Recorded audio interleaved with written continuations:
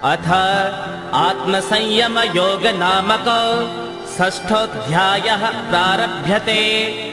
श्रीभगवानुवाच अनाश्रिता कर्मफलं कार्यं कर्म करोति यः स संन्यासे च योगे च न निरग्निर्चाक्रियः। अध्याय 6 प्रथम श्लोक। भगवान श्री कृष्ण कहते हैं, जो पुरुष कर्म फल का आश्रय ना लेकर करने योग्य कर्म करता है वह सन्यासी और योगी है, ना कि अग्नि या क्रियाओं का त्याग करने वाला। यम संन्यासमिति प्राहो योगम तम विद्धि पांडव नय संन्यस्त संकल्पो योगे भवति कश्चन। हे अर्जुन, जिनको सन्यास कहते हैं उसी को तुम योग जानो, क्योंकि संकल्पों का त्याग न करने वाला कोई भी पुरुष योगी नहीं होता।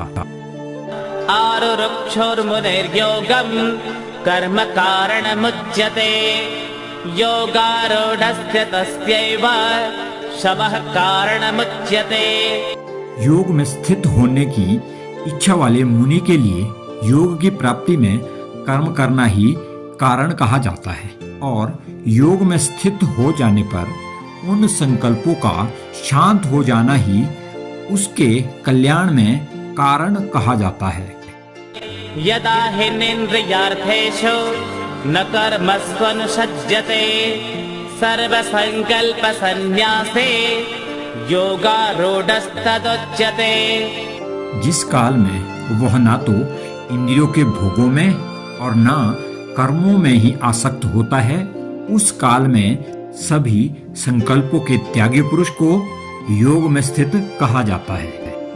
उद्धरेदात्मनात्मानं नात्मानं अवसादयेत् आत्मैव ह्यात्मनो बन्धो आत्मैव रिपुरात्मनः।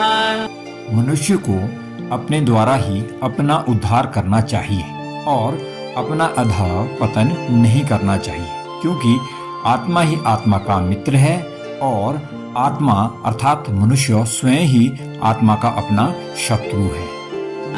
बन्धुरात्मात्मनस्तस्य येनात्मैवात्मना जितः अनात्मनस्तु शत्रुत्वे वर्तेतात्मैव शत्रुवत्। जिस जीवात्मा द्वारा स्वयं अर्थात मन को जीता हुआ है वह जीवात्मा स्वयं का मित्र है, और जिसके द्वारा अपना मन नहीं जीता गया है उसके लिए वह शत्रु के सदृश ही आचरण करता है। जितात्मना प्रशान्तस्य परमात्मा समाहितः शीतोष्ण सुख दुःखेषु तथा मानापमानयोः। सर्दी गर्मी, सुख दुख और मान अपमान में जिसने स्वयं को जीता हुआ है ऐसा पुरुष परमात्मा में सम्यक प्रकार से स्थित है। ज्ञान विज्ञान तृप्तात्मा कूटस्थो विजितेन्द्रियः युक्त इत्युच्यते योगी समलोष्टास्मकाञ्चनः। जो योगी ज्ञान और विज्ञान से तृप्त हैं, जो विकार रहित और जितेंद्रिय है, जिसको मिट्टी पाषाण और कंचन समान है, वह परमात्मा से युक्त कहलाता है। सुहृन् मित्रार्युदासीन मध्यस्थ द्वेष्य बन्धुषु साधुष्वपि च पापेषु समबुद्धिर्विशिष्यते। जो पुरुष सुहृदय, मित्र, शत्रु, उदासीन, मध्यस्थ, द्वेषी और बांधवों में तथा धर्मात्माओं में और पापियों में भी समान भाव वाला है, वही श्रेष्ठ है। योगे युञ्जीत सततम् आत्मानं रहसि स्थितः एकाके यत चित्तात्मा निराशेरपरिग्रहः। मन को वश में रखते हुए आशा और संग्रह रहित होकर योगी अकेले ही मन को स्वयं अर्थात आत्मा में लगाए।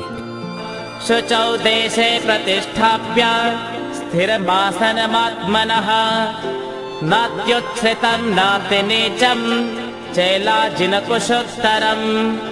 पवित्र स्थान में क्रमशः कुशा, मृगचर्म और वस्त्र से बने स्थिर आसन की स्थापना कर, जो ना अधिक ऊंचा है और ना ही अधिक नीचा। तत्रैकाग्रं मनः कृत्वा यत चित्तेन्द्रिय क्रियः उपविश्यासने युञ्ज्यात् योगमात्मविशुद्धये। वहाँ मन को एकाग्र करके चित्त और इंद्रियों की क्रियाओं को वश में रखते हुए आसन पर बैठें और अंतःकरण की शुद्धि के लिए योग का अभ्यास करें। समं कायशिरोग्रीवं धारयन्नचलं स्थिरः सम्प्रेक्ष्य नासिकाग्रं स्वं दिशश्चानवलोकयन्। शरीर, सिर और गले को सीधा और स्थिर रखते हुए अपनी नासिका के अग्रभाग को देखते हुए और अन्य दिशाओं को ना देखते हुए। प्रशान्तात्मा विगतभेर् ब्रह्मचारे प्रतिष्ठितः मनः संयम्य मच्चित्तो युक्त आसेत मत्परः। शांत मन वाला, भय रहित, ब्रह्मचारी के व्रत में स्थित मन को संयम में रखते हुए योगी मुझ में चित्त वाला होकर स्थित रहे। युञ्जनेवं सदात्मानं योगे नियतमानसः शान्तिं निर्वाण परमां मत्संस्थामधिगच्छते। इस प्रकार सदा मन को स्थिर करने का प्रयास करता हुआ संयमित मन का योगी मुझ में स्थित परम निर्माण अर्थात मोक्ष स्वरूप शांति को प्राप्त होता है। नात्यश्नतस्तु योगेस्ते न चैकान्तमनश्नतः न चाते स्वप्नशीलस्य जाग्रतो नैव चार्जुन। हे अर्जुन, यह योग ना तो अधिक खाने वालों का और ना बिल्कुल खाने वालों का और ना अधिक शयन करने वालों का और ना सदा जागने वालों का सिद्ध होता है। युक्ताहार विहारस्य युक्तचेष्टस्य कर्मसु युक्तस्वप्नावबोधस्य योगो भवति दुःखः। दुखों का नाश करने वाला यह योग सम्यक आहार विहार करने वालों का, कर्मों में सम्यक चेष्टा करने वालों का और सम्यक प्रकार से सोने और जागने वालों का ही सिद्ध होता है। यदा विनियतं चित्तम् आत्मन्येवावतिष्ठते निःस्पृहः सर्वकामेभ्यो युक्त इत्युच्यते तदा। जब नियंत्रित किया हुआ चित्त आत्मा में ही स्थिर हो जाता है, तब सभी भोगों में इच्छा से रहित पुरुष को योग युक्त कहा जाता है। यथा दीपो निवातस्थो निंगते सोमपास्मृता योगिनो यत चित्तस्य युञ्जतो योगमात्मनः। जिस प्रकार वायु रहित स्थान में रखे दीपक की ज्योति अचल रहती है, वैसे ही उपमा आत्मा के ध्यान में लगे हुए योगी के नियंत्रित चित्त में कही गई है। यत्र परमते चित्तम् निरुद्धं योगसेवया यत्र चैवात्मनात्मानं पश्यन्नात्मनि तुष्यते। योग के अभ्यास से नियंत्रित चित्त जिस स्थिति में शांत हो जाता है और आत्मा के ध्यान द्वारा आत्मा को देखता हुआ स्वयं में ही संतुष्ट रहता है। सुखमात्यन्तिकं यत्तत् बुद्धिग्राह्यमतीन्द्रियं वेत्ति यत्र न चैवायं स्थितश्चलति तत्त्वतः। इंद्रियों से परे केवल शुद्ध व सूक्ष्म बुद्धि द्वारा ग्रहण करने योग्य अनंत आनंद को अनुभव कर यह योगी आत्मा के स्वरूप से विचलित नहीं होता है। यं लब्ध्वा चापरं लाभं मन्यते नाधिकं ततः यस्मिन् स्थितो न दुःखेन गुरुणापि विचाल्यते। जिस लाभ को प्राप्त होकर उससे अधिक दूसरा कोई लाभ नहीं मानता और जिस स्थिति में योगी बड़े से बड़े दुख से भी दुखी नहीं होता। तं विद्या दुःख संयोग वियोगं योगसञ्जितं स निश्चयेन योक्तव्यो योगो निर्विण्णचेतसा। जिसे जानकर दुखी रूपी संसार के संयोग से वियोग हो जाता है, उस योग नाम वाली स्थिति को जानना चाहिए। वह योग उत्साह युक्त अर्थात धीर चित्त से निश्चय पूर्वक करने योग्य है। संकल्प प्रभवान कामास् त्यक्त्वा सर्वान् शेषतः मनसैवेन्द्रियग्रामं विनियम्य समन्ततः। संकल्प से उत्पन्न होने वाली सभी कामनाओं को पूरी तरह से छोड़कर मन द्वारा इंद्रिय समूह को सम्यक प्रकार से रोककर शनैः शनैरुपरमेत् बुद्ध्या धृतिगृहेतया आत्मसंस्था मनः कृत्वा न किंचिदपि चिंतयेत्। धीरे धीरे बुद्धि को शांत करते हुए धैर्यपूर्वक मन को आत्मा में स्थित करते हुए कुछ भी विचार ना करें। यतो यतो निश्चरते मनश्चंचलमस्थिरं ततस्ततो नियम्येतत् आत्मन्येव वशं नयेत्। स्थिर न रहने वाला यह चंचल मन जिस जिस शब्दादि विषय में विचरता है, उस विषय से इसे हटाकर बार बार आत्मा में ही स्थित करें। प्रशांत मनसं ह्येनं योगिनं सुखमुत्तमम् उपेते शांतरजसं ब्रह्मभूतमकल्मषम्। क्योंकि जिसका मन सम्यक रूप से शांत है, जो पाप से रहित है और जिसका रजोगुण शांत हो गया है, ऐसा योगी ब्रह्म के साथ एकत्व अनुभव कर उत्तम आनंद को प्राप्त होता है। युञ्जनेवं सदात्मानं योगे विगतकल्मषः सुखेन ब्रह्म संस्पर्शम् अत्यन्तं सुखमश्नुते। वह निष्पाप योगी इस प्रकार मन को निरंतर आत्मा में लगाते हुए सुख से पर ब्रह्म की अनुभूति करते हुए अति आनंद को प्राप्त करता है। सर्वभूतस्थमात्मानं सर्वभूतानि चात्मने ऐक्षते योगयुक्तात्मा सर्वत्र समदर्शनः। सर्वत्र समान भाव वाला और योग से युक्त आत्मा वाला योगी आत्मा को सभी भूतों में स्थित और सभी भूतों को आत्मा में अर्थात अत्यंत अभेद रखता है। यो मां पश्यति सर्वत्र सर्वं च मयि पश्यति तस्याहं न प्रणश्यामि स च मे न प्रणश्यते। जो पुरुष सभी भूतों में मुझे अर्थात वासुदेव को व्याप्त देखता है और सभी भूतों को मुझ में देखता है, उसके लिए मैं अदृश्य नहीं होता और वह मेरे लिए अदृश्य नहीं होता। सर्वभूतस्थितं यो मां भजत्येकत्वमास्थितः सर्वथा वर्तमानोऽपि स योगी मयि वर्तते। जो पुरुष एकत्व में स्थित होकर सभी भूतों में अर्थात आत्म रूप से स्थिर मुझे अर्थात मुझ वासुदेव को भजता है, वह योगी सब प्रकार से कर्म करता हुआ भी मुझ में ही विद्यमान है। आत्मोप्येन सर्वत्र समं पश्यति अर्जुन सुखं वा यदि वा दुःखं स योगी परमो मतः।